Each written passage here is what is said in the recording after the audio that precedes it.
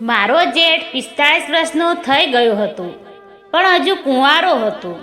મને ને મારા પતિને એકસાથે જોઈને તે હંમેશામાં બગડાતો. મારા પતિ જ્યારે પણ ક્યાંક બહાર જતા, ત્યારે ભાઈ સાહેબ જ્યારે પણ તક મળે ત્યારે મને તેમના રૂમમાં બોલાવતા અથવા મોડી રાત સુધી મારા રૂમમાં આવતા. એક વખત મારા પતિ ઘરે ન હતા અને તે મારા રૂમમાં આવ્યા અને કહેવા લાગ્યા, તારી સાથે તો આજે મારું નામ મિત્તલ છે. મારા લગ્નને મોડ 1 મહિનો થયો હતો. આખા મહિને દરમિયાન મેં મારા પતિ પાસેથી જે કંઈ માગ્યું તે મારી પાસે લાવતા. તે પહેલાં તે મને કહેતા કે મારા ભાઈને પૂછીને લઈ આવીશ. હું ભાઈ પાસેથી પૈસા લઉં છું. મારા પતિ તેના મોટા ભાઈને પૂછીને જ બધું કરતા હતા. મારા પતિ નાના હતા જ્યારે અશોક મોટા ભાઈ હતા. તેણે લગ્ન પણ કર્યા ન હતા. મેં મારા પતિ વિજયને ઘણી વખત તેના ભાઈના લગ્ન ન કરાવવાનું કારણ પૂછ્યું, પણ તે કહ્યું મને પણ આજ સુધી તેને આનું કારણ જણાવ્યું નથી. ભાઈ લગ્ન કરવા માગતા ન હતા, તેથી જ માતાએ મારા લગ્ન કરાવ્યા. જેઠજી હવે 45 વર્ષના હતા. ધીમે ધીમે મને સમજાવવા લાગ્યું કે મારા સાસરિયાની આખી મિલકત મારા જેઠની જ છે. તેણે પોતાની કંપની સ્થાપી હતી અને મારા પતિ તેમના ભાઈની કંપનીમાં કામ કરતા હતા.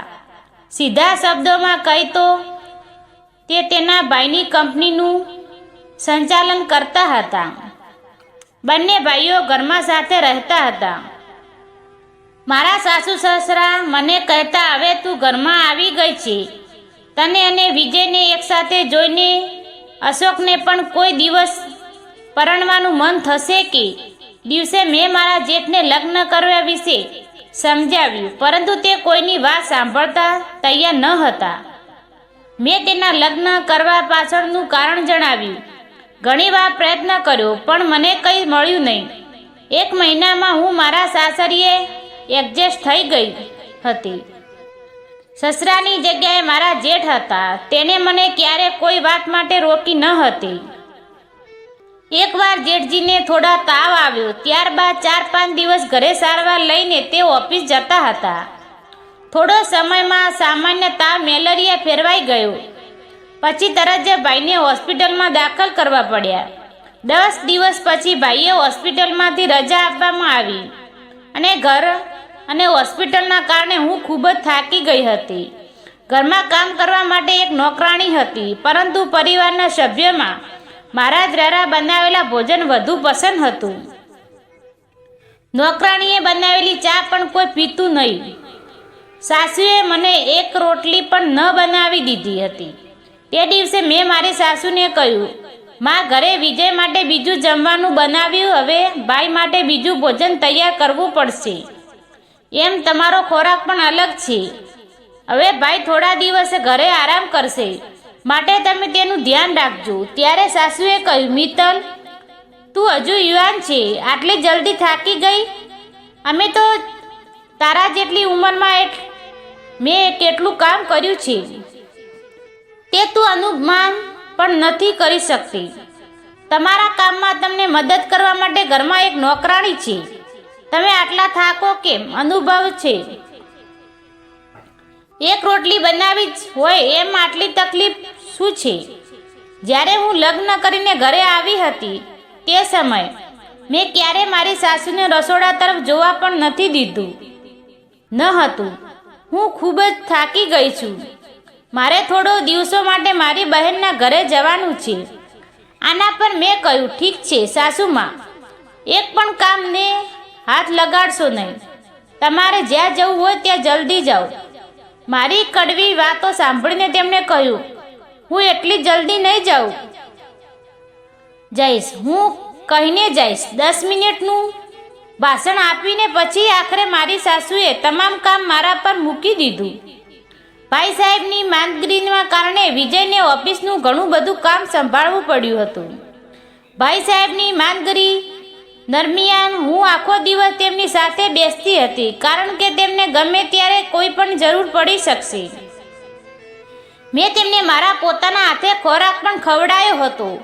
ભાઈ સાહેબ તેમની સ્થિતિમાં કારણે આખો અઠવાડિયાની રજા લીધી હતી અને અઠવાડિયાના 3 દિવસ વીતી ગયા હતા. છેલ્લા 3 દિવસમાં મેં મારા જેઠને ખૂબ જ કાળજી લીધી.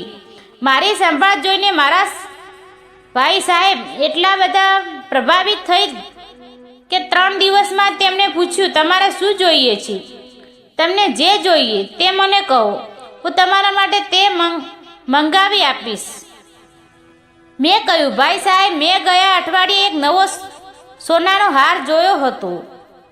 તે લેટેસ્ટ ડિઝાઇન હતી જેને હું ખરીદવા માંગતી હતી, પરંતુ વિજય પૈસાનો અભાવે તે ખરીદવાની ના પાડી દીધી. હું ભાઈને સામે ઉદાસ થઈને બોલી રહી હતી. હવે મને તક મળી હતી, તેને હું છોડવાની નહોતી. ભાઈએ કહ્યું, મિત્તલ, તમને નેકલેસ ગમી ગયો હતો તો તમારે આ વિશે મને કહેવું જોઈએ હતું. પછી તેણે તરત જ સાંજે મને તેનું કાર્ડ આપ્યું અને મેં તેને હાર ખરીદ્યો. હાર મારા હાથમાં આવતાથી સાથે જ હું ખૂબ જ ખુશ થઈ ગઈ. ભાઈએ આપેલો હાર જોઈને વિજય ચોંકી ગયો અને બોલ્યો, ભાઈ સાહેબ, મને આજ સુધી આવી મોંઘી ખરીદી કરવાનો છૂટ નથી આપી, તો તેઓ તને એકસાથે આટલા બધાની ખરીદી કેવી રીતે કરવા દીધી? હું માની શકતો નથી. ભાઈ સાહેબ ક્યારે તેમના નાના ભાઈને આજ સુધી આટલી ખરીદી કરવા દીધી ન હતી. માંદગીના કારણે ભાઈ ઓફિસ જઈ શકતા ન હતા. કંપનીની મહત્વની બેઠક હતી, તે પણ બીજા શહેરમાં હતી. ભાઈ બીમાર હોવાથી જઈ શક્યા નહીં, તેથી તેની જગ્યાએ વિજય મોકલ્યો. હવે વિજય આગામી 4 દિવસ શહેરની બહાર રહેવાનું હતું. તે દિવસે વિજયના જતા હું નહાવા ચાલી ગઈ, પણ બહાર આવી તો મારા જેઠ મને બોલાવી રહ્યા હતા. મારા જેઠ મને મારા નામથી જ બોલાવતા હતા. જેઠનો અવાજ સાંભળીને હું દોડતી તેના રૂમમાં ગઈ. મેં કહ્યું, ભાઈ, ત્યારે તમારે કઈ જોઈએ છે? હું નહાવા ગઈ હતી એટલે તમારો અવાજ સાંભળી શકતી ન હતી. ભાઈએ સાહેબે કહ્યું, મિત્તલ, આજે મને થોડી વહેલી ભૂખ લાગી છે. નાસ્તો વહેલો મળી જાય તો સારું. એટલે હું તરત જ નાસ્તો બનાવી ગઈ, પણ જતા પહેલાં ભાઈએ તેનો નાસ્તો પહેલાંની એક ગોળી આપવાની હતી, તેથી મેં તેને ગોળી આપી તો તે કહેવા લાગ્યા, મિત્તલ, તું બહુ સારી છે. આ સાંભળીને હું તેની સામે હસતી તરત જ નાસ્તો તૈયાર કરવા ગઈ. આજે નાસ્તો મેં તેની પસંદનો ગાજરનો હલવો બનાવ્યો હતો. તેણે હંમેશા મારા હાથનો ગાજરનો હલવો પસંદ કરી હતી, પણ આજે તો બહુ વખાણ કરી રહ્યા હતા. બીમાર હોવાથી હું તેના મારા હાથે ખવડાવતી અને પછી તેને કહ્યું, મિત્તલ, મારી પત્ની પણ તારા જેવી હોય જોઈએ હતી. તેમની વાત સાંભળીને હું ખુશ થઈ ગઈ, કારણ કે તે લગ્ન માટે તૈયાર હતા. હું આ સમજીને ગઈ. તેણે આગળ કહ્યું, મારે તારા જેવી નહીં, પણ હવે તું જ જોઈએ. હું તમારા જેવી કોઈ શોધી શકતો નથી. મારા જેઠ મને એક એવો શબ્દ કર્યો જેની મારા પર અલગ જ અસર થઈ. તે સમયે મેં તેની વાત પર ધ્યાન ન આપ્યું, પણ ધીરે ધીરે હું પણ તેના તરફ આકર્ષિત થવા લાગી, કારણ કે આ દિવસોમાં ભાઈ મારી સામે ઘણી વાતો કરતા હતા. પહેલાં પણ તે મારી સાથે થોડી વાતો કરતા હતા. આમ તેની રજાનું અઠવાડિયું પૂરું થવા લાગ્યું અને મારા પતિ વિજય ઘરે આવ્યા. રાતે વિજય ઘરે આવ્યા પછી તેણે કહ્યું, ભાઈ, અને તને નેકલેસ ખરીદવા આપ્યા છે અને શોપિંગ માટે તેનું કાર્ડ પણ આપ્યું છે. તે તારું બહુ સંભાળે છે, તો તું મારા માટે ભાઈ પાસે ₹10 લાખની સિફારિશ કર. મને તાત્કાલિક પૈસાની જરૂર છે અને મારી વચ્ચે એક અલગ જ સંબંધ વિકાસ રહ્યો હતો, જેને કારણે મેં મારી બધી ઈચ્છાઓ પૂરી કરી રહ્યા હતા. વિજયને અમારી વચ્ચેના સંબંધો વિશે કોઈ ખ્યાલ નહોતો. મેં વિજયને પૂછ્યું, તમને આટલા પૈસાની જરૂર કેમ પડી? તે અંગે તેણે કહ્યું કે મારે એક મોટી કાર ખરીદવાની છે. મારે કાર ખરીદવાની ખૂબ જ ઈચ્છા છે. પછી મેં તેને કહ્યું કે ઠીક છે. આ પછી વિજય સૂઈ ગયા અને હું મારા રૂમમાંથી બહાર આવી, કારણ કે હું ભાઈ સાહેબને હળદરનું દૂધ આપવાનું ભૂલી ગઈ હતી. તે રાતે પણ હું તેના રૂમમાં દૂધનો ગ્લાસ મૂકીને જવા જતી હતી ત્યારે તેને મારા હાથ પકડી લીધો. પછી તેણે કહ્યું, મને તમારી સાથે વાત કરવી ગમે છે. આ દિવસોમાં ભાઈ મારી દરેક નાની મોટી વાત પર ધ્યાન આપતા હતા. અમારી વાતચીત દરમિયાન મેં કહ્યું, ભાઈ મારે કંઈક જોઈએ છે. મેં મારું નામ આગળ કર્યું અને 10 લાખ રૂપિયાની માગણી શરૂ કરી. મેં તેની પાસેથી વિજયના નામે પૈસા માગ્યા ન હતા, પણ થોડા સમય પછી તેને શું થયું કે તેઓએ મને ત્યાંથી જવાનું કહ્યું. હું સમજી શકતી નહીં કે આટલું અચાનક તેને શું થઈ ગયું. તે રાત પછી ભાઈએ 3 દિવસ સુધી મારી સાથે વાત પણ કરી નહીં. તેને છુપાછુપ મને 10 લાખનો ચેક આપ્યો, જે મને વિજયે આપ્યો. વિજયે કહ્યું, ભાઈ તારા પર આટલા દયાળુ કેમ થઈ ગયા? આમ તો તેને મને કોઈ પણ આપ્યું નથી. 4 દિવસ પહેલા સવારથી જ સાસુની તેના બહેનોના ઘરે જવાની તૈયારીઓ શરૂ થઈ ગઈ હતી. સવારે તેને મારી પાસે 1 કિલો લાડુ અને બીજું ઘણી મીઠાઈઓ મંગાવી હતી. તે બહેનનો ઘરે જતી હતી કે પિકનિક માટે હું સમજી શકતી ન હતી. મેં મારી સાસુ માટે બધું જમવાનું બનાવી. તે દિવસે હું ખૂબ જ વ્યસ્ત હતી. મેં સવારે ચા પણ ન પીધી. સવારે 10:30 થયા હતા. મને મારા નહાવાનો સમય થયો હતો અને મારા સાસુ તેની બહેનના ઘરે ગયા હતા અને વિજય ઓફિસે જવા નીકળી ગયો હતો. આ દરમિયાન ભાઈ સાહેબ પણ ઓફિસ જવા માટે નીકળતા હતા. પછી ઘરમાં હું એકલી જ રહી ગઈ હતી. નોકરાણી પણ તમામ કામ પતાવીને ઘરે ચાલી ગઈ હતી. હવે હું તૈયાર થઈ અને ચા બનાવી પી રહી હતી ત્યારે મારું રૂમનો દરવાજો ખોલ્યો અને મારા જેઠ અંદર આવ્યા અને મારી પાસે માફી માંગવા લાગ્યા. મેં કહ્યું, ભાઈ સાહેબ તમે મારી પાસે શેની માફી માંગો છો? તો તેને કહ્યું કે તે રાતે તમે હળદરવાળું દૂધ આપવા આવતા હતા ત્યારે મેં તમારી સાથે ખૂબ જ ખરાબ વર્તન કર્યું હતું અને તમને રૂમમાંથી બહાર નીકળવા કહ્યું હતું. તે દિવસે મેં તમારી સાથે જ કર્યું તે મને યોગ્ય ન લાગ્યું. તેથી જ હું તમારી પાસે માફી માંગવા આવ્યો છું. મેં કહ્યું, કંઈ વાંધો નહીં ભાઈ સાહેબ, મને તમારા વર્તનનું જરાય ખરાબ નથી લાગતું. પછી તે ઓફિસ ચાલ્યા ગયા. સાસુમાં હવે ઘરે નહોતી. રાતે વિજય થોડી જ વારમાં માટે ગાઢ વિરોધમાં જતા હતા ત્યારે મને ખબર પડી કે વિજય ગાઢ નિંદરમાં છે. ત્યારે હું તેની પાસેથી ઊભી થઈ અને ભાઈના રૂમમાં ગઈ. ભાઈ સાહેબ પણ સૂતા હતા. હું ત્યાં ગઈ ને તો અચાનક રૂમની લાઇટ ઓન થઈ. મેં પાછળ ફરીને જોયું તો વિજય મારી સામે હતા. વિજયે કહ્યું, મિત્તલ તું મારા ભાઈ સાથે શું કરી રહી છે? આ કોણ છે જે મારા ભાઈના ઇન્જેક્શન લગાવે છે? ત્યારે વિજય મારી બાજુમાં ઊભેલો ડૉક્ટરનો કોલર પકડી લીધો અને હું ડૉક્ટર મારી સાથે લઈ આવી હતી. મારે કહેવા પર ડૉક્ટર ભાઈને ઇન્જેક્શન આપતો હતો. અમારા અવાજથી ભાઈ પણ ઊંઘમાંથી જાગી ગયા. તેઓ સમજી શક્યા નહીં કે ત્યાં શું થઈ રહ્યું છે. વિજયે કહ્યું, ભાઈ જરા ચિંતા ન કરો, હું તમને કંઈ થવા નહીં દઉં. મારી પત્ની તમારી સાથે આવું કંઈક કરશે મેં ક્યારે આની કલ્પના પણ કરી ન હતી. પણ ભાઈ સાહેબે વિજયને શાંત પાડ્યો. પછી તેણે કહ્યું, હજુ પણ મને વિશ્વાસ નથી થયો કે મિત્તલ કંઈ ખોટું કરી શકે. પછી ભાઈ સાહેબ મને પ્રશ્ન પૂછ્યો, મિત્તલ તમે મારી સાથે શું કરવા ન હતા? સાચું કહો. મેં બોલાવવાનું શરૂ કર્યું. ભાઈ સાહેબે હું મારી સાથે ડૉક્ટર લાવી હતી કારણ કે મને શંખ હતી કે તમારી સાથે કંઈક ખોટું છે. કારણ કે તમે 45 વર્ષના છો અને તમારી પાસે આટલી સંપત્તિ છે, તેમ છતાં તમે લગ્ન કેમ ન કર્યા? વિજય, મેં તમને આ વિશે ઘણી વાર પૂછ્યું પણ તમને મને કંઈ કહ્યું નહીં. મારે તપાસ કરવાની હતી એટલે આજે હું ડૉક્ટરને લઈને આવી જ છું. ડૉક્ટર તેને બોયસનું ઇન્જેક્શન આપતા હતા જેથી તે યોગ્ય રીતે તપાસ કરી શકે અને ભાઈને તેની જાણ ન થાય. મારા મૃદા સાંભળીને ભાઈ સાહેબે કહ્યું, મિત્તલ તમને કોને કહ્યું કે મને કોઈ બીમારી છે? તો મેં કહ્યું, ભાઈ સાહેબ, મારું તમામ પર સંપૂર્ણ ધ્યાન હતું, તેથી જ હું તમારી પાસે આવતી રહી. મારે સત્ય જાણવું હતું કે તમને કોઈ બીમારી છે કે લગ્ન ન થવા પાછળ બીજું કોઈ કારણ છે. તેથી જ હું તમારા સાથે વાતો કરતી હતી. હવે મને સાચું કહો, શું તમને કોઈ બીમારી છે જેના કારણે તમે લગ્ન કરવાની ના પાડી રહ્યા છો?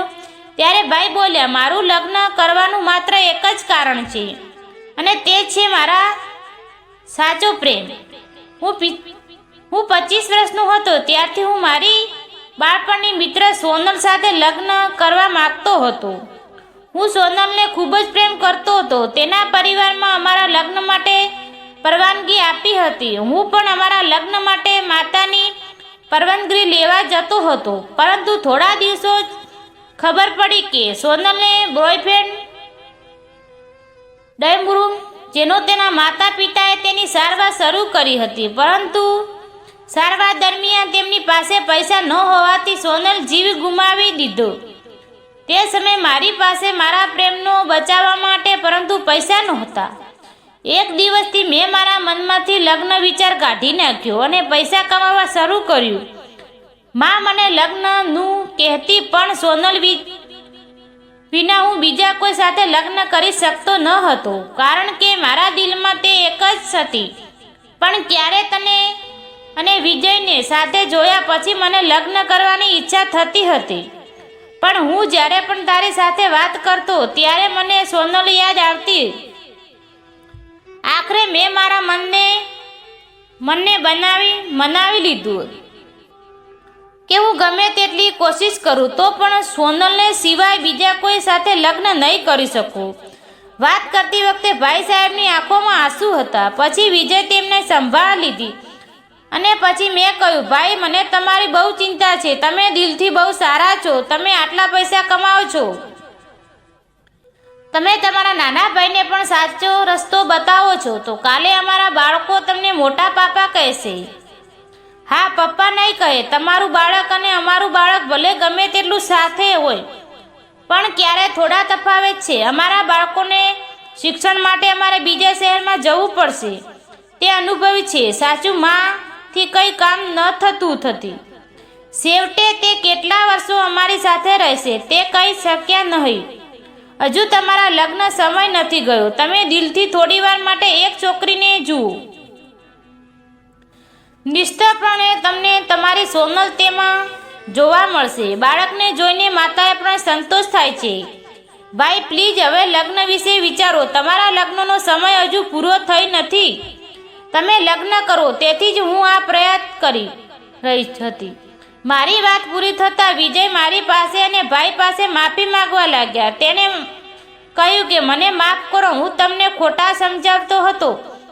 મારો મોટો ભાઈ છે, મારી પાસેથી પૈસાનો હિસાબ લે છે. એક શબ્દ પર તમને બધું કેવી રીતે આપે છે, હું આ સમજી શક્યો ન હતો. ભાઈએ તમને 10 લાખનો ચેક પણ આપ્યો હતો. મને કોઈ કાર નથી લેવી. હું તમારી પરીક્ષા કરતો હતો કે ભાઈ તને આટલી મોટી રકમ આપે છે કે નહીં. જ્યારે તે 10 લાખનો ચેક મારા હાથમાં મૂક્યો, હું સમજી ગયો કે તમારે અને ભાઈ વચ્ચે ચોક્કસ પણ કોઈ ખોટું સંબંધ છે. તમને બંધ શંકા કરવા બદલે મને માફ કરજો. અમને તેને માફ કરી દીધો. બીજા દિવસે હું ભાઈના લગ્ન માટે એક નહીં પણ 10 પ્રસ્તાવ લાવીશને તેમાંથી એક છોકરીને ભાઈએ પસંદ કરી હતી. પરંતુ તેણે એક શરત મૂકી હતી કે તે છોકરી 1 મહિના સુધી જાણવા માંગશે કે પછી લગ્નનો નિર્ણય કરશે, અને 1 મહિના પછી તેણે લગ્ન માટે મંજૂરી આપી. તેનું વસેલું ઘર જોઈએ. મારા સાસુ સૌથી વધુ ખુશ થયા. આખરે લાખ પ્રયત્ન પછી હું સફળ થઈ અને મેં તેના હાથમાં તેના ઘડપણનો સહારો રાખી દીધો. તો મિત્રો, દરેક પરિવારમાંથી મિત્તલ જેવી વહુ હોય તો દરેક ઘર હંમેશા હસતું રમતું અને ખુશ રહે.